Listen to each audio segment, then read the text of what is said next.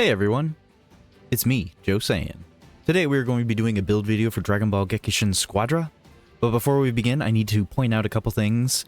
So if you don't want to listen to this intro, please hit the timestamps in the description or comments below to skip ahead. Now, I currently, at the time of recording, am a part of the Squadra Creators Program, copyright of Bird Studio, SHUEISHA, TOEI, Animation, and Bandai Namco Entertainment Incorporated. Now, with that being said, Squadra is a free-to-play MOBA game designed to be played 4v4 competitively, and I am saying that I am by no means a pro. So, I'm not a pro, MOBAs are skill-based, future updates can invalidate the builds, and moving forward, build suggestions and card suggestions and skill suggestions are all only suggestions, and you should adjust as needed based on your skill level at playing this game. Thank you for watching, and let's just go ahead and get right into it. Alright everyone, it is Squadra time, and today's video is going to be for Oob. So, I think he's pretty good. He is literally probably the definition of a glass cannon, if there is such a thing in this game. Oob is literally the definition. He is a little bit of a finicky character, and I think people can accidentally not play him properly, or just there can be just a huge skill gap with him. Very good character that does require a bit of skill and experience to use. So, but hopefully I can explain him in such a way that will give you a good baseline of how to use him. So first off, we're going to start with the breakdown of the character's abilities, after which we will go through the skill suggestions and the card suggestions. So first and foremost, his Cyclone Stream, which is basically the entire entity of his kit, is every time it strengthens your rush attacks and your super attacks specifically. Essentially what happens is when you use your skill 1 and your skill 3, you will collect a bunch of energy blasts that hit an enemy with those skills, and it'll cycle up into a tornado. After which you can use those to buff up your rush attack damage and your super attack damage. Now your rush attack gradually uses the Cyclone's attacks up for homing blasts and deals more damage. So you have to realize that every single time you're using your rush attack, if you have any of those Cyclones, you're going to use up those every time you use a rush attack. It's actually kind of hard to balance out how much you're going to use your rush attack versus saving it up for your super attack. We'll just skip over to the rush attack because it's such a huge thing with his kit. Essentially what happens is the higher amount of Cyclones that you actually have gathered up, the more damage you will do. You want to just have it at max, I'm just going to be honest with you. But anyways, you obtain the Cyclone when some of the blasts return also. So after you use your super, you'll get a little bit of a steady amount of it back into it. You'll also apply the candy effect to enemies hit with it, and they'll, you know, turn into candy, and you can heal at that point. And it'll make it easier to turn enemies into candy the higher the skill level goes up, and of course increase damage, of course. Now his skill 1 launches a succession of energy blasts in a set direction, and then some of them return to the Cyclone. Skill 2 is Brutal Blaster, which is a self-strengthening move that generates a surrounding shockwave and applies no obstruction to self and removes candy. So with this ability, you can technically get away from Majin Buu's Candy Beam. I think in the future when we get other, you know, Majin-esque characters like Super Buu perhaps, or Buu Tanks or Buuhan or some kind of other Majin characters that can transform into candy, I think this will become more effective and a useful character for those times. But anyways, it increases the number of blasts from rush attacks and shortens the skill's cooldown when homing blasts hit. So the more hits you do with your homing blast, the more this skill will actually cool down. Now, Shooting Star, dash in a set direction and fire unavoidable energy blasts at nearby enemies, and some of those blasts will return to you into your Cyclone. So the big thing here is that skill 2 increases the range of rush attacks and Shooting Chaser. You kind of want to use this so that you can effectively get a little bit extra range and keep just putting on the pressure. But it's mostly there as a skill cooldown kind of a thing. Now, let's just go ahead and take a look at all these skills. All right. So, as you can see, there's a little bar below your HP right there. That's where how many cyclones you're going to have. So, we're going to start off with skill 1. Little tiny cone, not too crazy. Go ahead and shoot out. It's about a 6-second cooldown. 6 seconds, not too bad, not too bad. Let's try level 2. Little bit of wider range right there, not too bad. Notice we got a whole bunch. I feel like we almost got more cyclones back. Maybe I'm projecting, but not too bad. As you can see, when this starts flashing, you start losing those cyclones. So just keep that in mind. Let's go up to level 3. Skill 3 is a much wider radius. And I feel like this is like your mandatory usage of what you want for skill 1. Because it is just a huge, much bigger increase. So you did only get 16 from there, but I think that is the basis there. 16, you're halfway through the gauge. So using this skill 4 times fully fills up your gauge right there, but it starts disappearing pretty quickly. Now, once again, every time you use a normal rush attack, you're actually taking away from that, but you're doing a lot more damage. So it is useful, but properly managing this gauge right here for your normal rush attacks and your super attack are pretty key to this character's build. Let's go ahead and look at his skill 2. Skill 2, little tiny radius, not too crazy. Gives him invincibility. You can see that all around him. And once again, it increases the range of rush attacks and Shooting Chaser.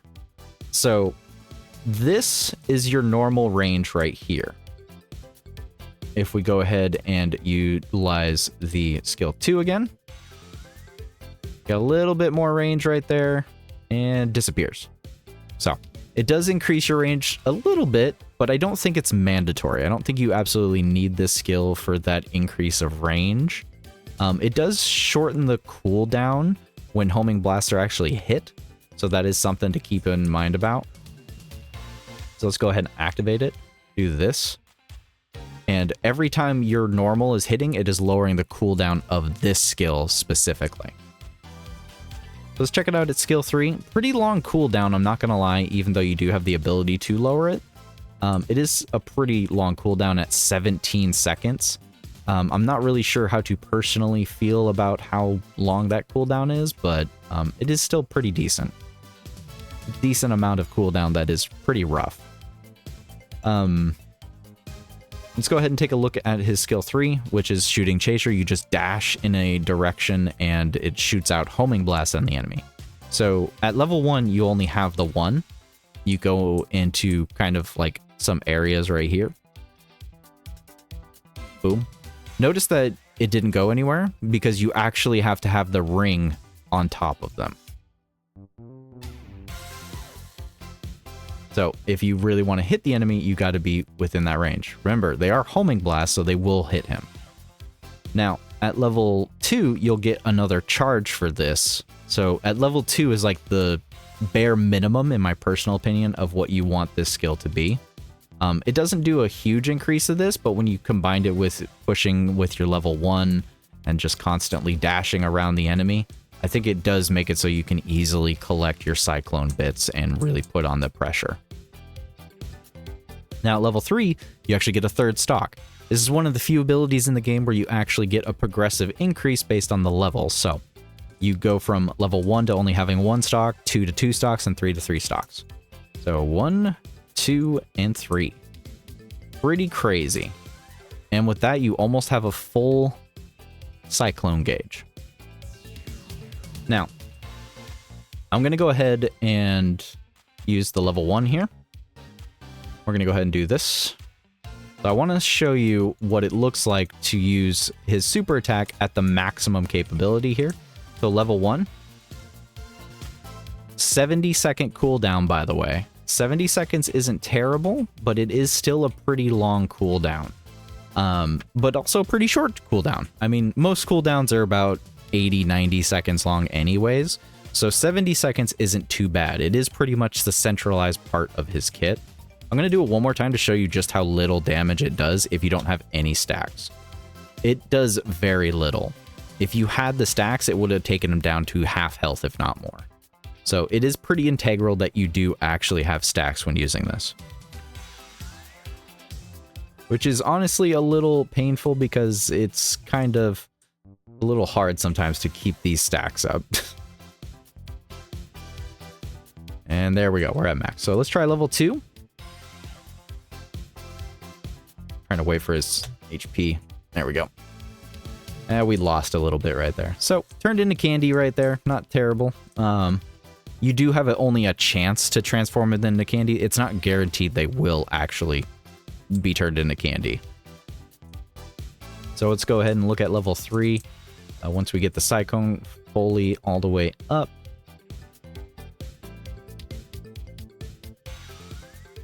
All right, let's see if this takes out his whole health bar. Nope, still did not take him out. Dang. Dang. So that's a little unfortunate that it just didn't take out his health right there, but it was something.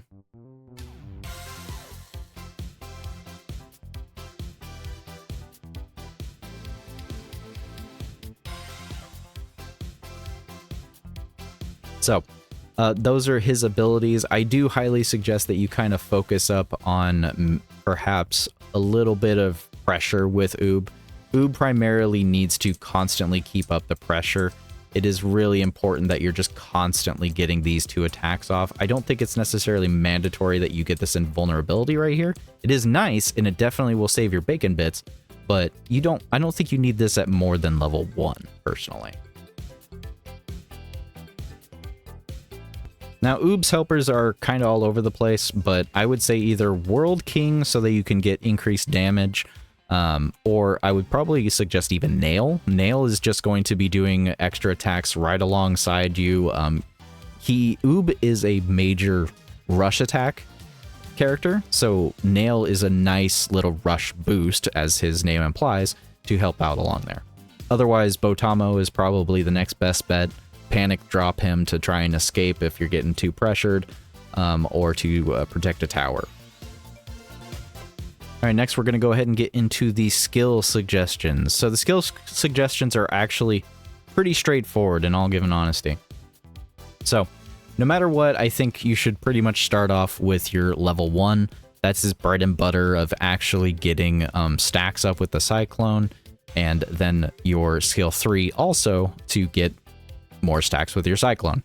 You can go ahead and give your 4th skill to the barrier just because it gives a little bit of invulnerability there. I think it does come in handy, especially if you end up going top lane fighting another Majin Buu. At level 5, I do suggest once again to put more pressure into your level 1. Normally, I would say go ahead and pump it straight into your super, but at the same time, you need to be more effective at building up. So yes, you can go ahead and put this 5 into your super first instead, and then at level 6 go to your skill 1 instead. That is perfectly fine, I understand that. It's just level 1 of his abilities just don't feel like they're enough. But at level 7, go ahead and go into your skill 3, and then level 8 to max it immediately.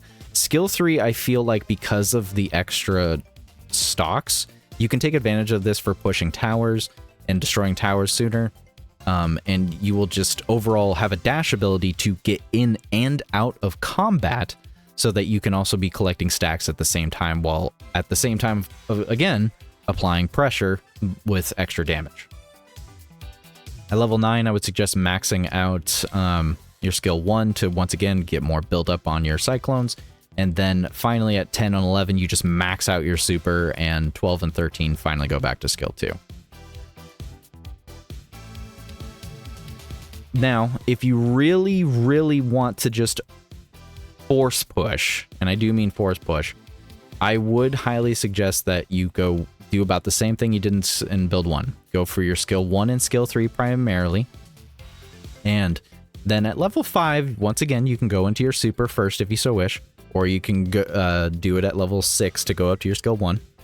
But then once you hit level 7, don't use the stock. Don't use the skill point you have. Wait until you hit level 8, because once you hit level 8, you can apply that skill point to your skill 3 and your skill 1, and you can have 2 maxed out skills moving forward into the fight. A lot of people think that you probably need skill 2. You don't need skill 2. It's not mandatory. You can apply a lot of pressure just by having these maxed out at level 8 before anybody else is maxed out, if you leveled up fast enough, that is. And it can just definitely help out quite a bit. Once again, at level 9 and 11, you really want to push into your super attack, because that is part of his entire kit, is to build up the super attack. But then at 10, 12, and 13 is just skill 2.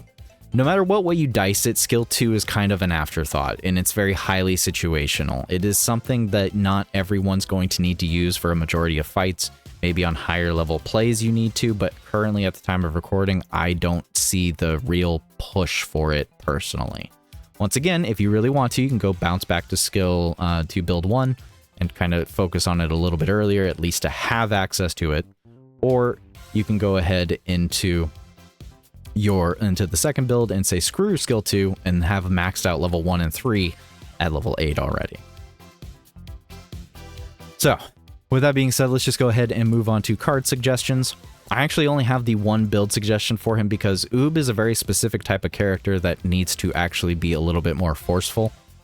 You want to have the snowball, you want that extra damage in there. You want the Giant Slayer. Once again, you want to put on that pressure, that damage, and then you want Wicked Warrior. Wicked Warrior specifically because you're going to be doing rush attacks a majority of the time. Are you still going to use Pursuer? Yeah, you can still use Pursuer. Pursuer is fine. Pursuer, you'll still be activating a majority of the time, especially with using skill 1 and skill 3 constantly, and then supering. I mean, you're going to get Pursuer a lot, but at the times where you don't have access to Pursuer or it wears out, there are times where Wicked Warrior might be a little bit better to use, potentially, because that's all that he's doing most of the time. He's not always going to be activating his supers constantly, but maybe he will. So I would suggest Wicked Warrior or Pursuer. They honestly both work for Oob, honestly, when I'm really thinking about it. So don't hold me to this Wicked Warrior. In fact, Pursuer might be slightly better in my head, honestly. But otherwise, his other card build is just Snowball, Barrier, and Limit Breaking Jump. The Barrier will help defend you a little bit while you're kind of pushing with skill 3, and Double Jump will help you try to get out of there with your skill 3 as well. All right, I think that's going to be the end of the video, guys. Please let me know how you decided to utilize and use Oob. Are you focusing up on that skill 1 and skill 3, or do you find the second hand of skill 2 a little bit undermining with me? Let me know what you use skill 2 with and what card suggestions you would suggest using on Oob. So, thank you for watching. I hope you have a good day and a good night.